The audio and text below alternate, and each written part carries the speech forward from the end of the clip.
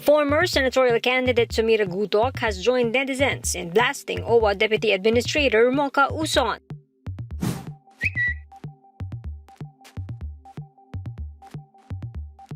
Netizens criticized Uson after she was seen meeting a group of OFWs in Lian, Batangas, who were undergoing the 14-day quarantine.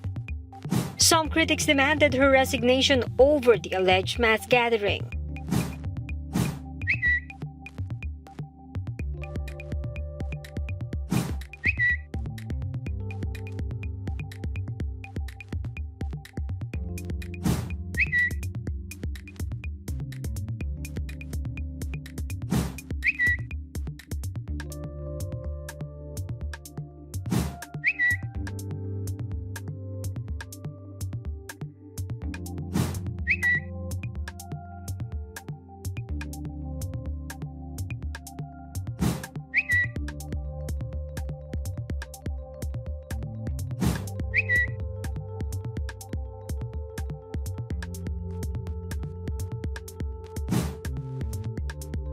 Uson denied violating the quarantine regulations.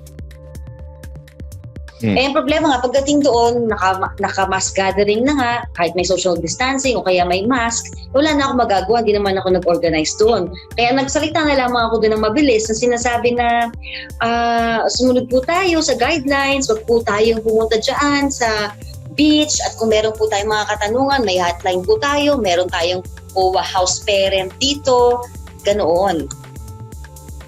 Despite the explanation, Gutoc tells Uson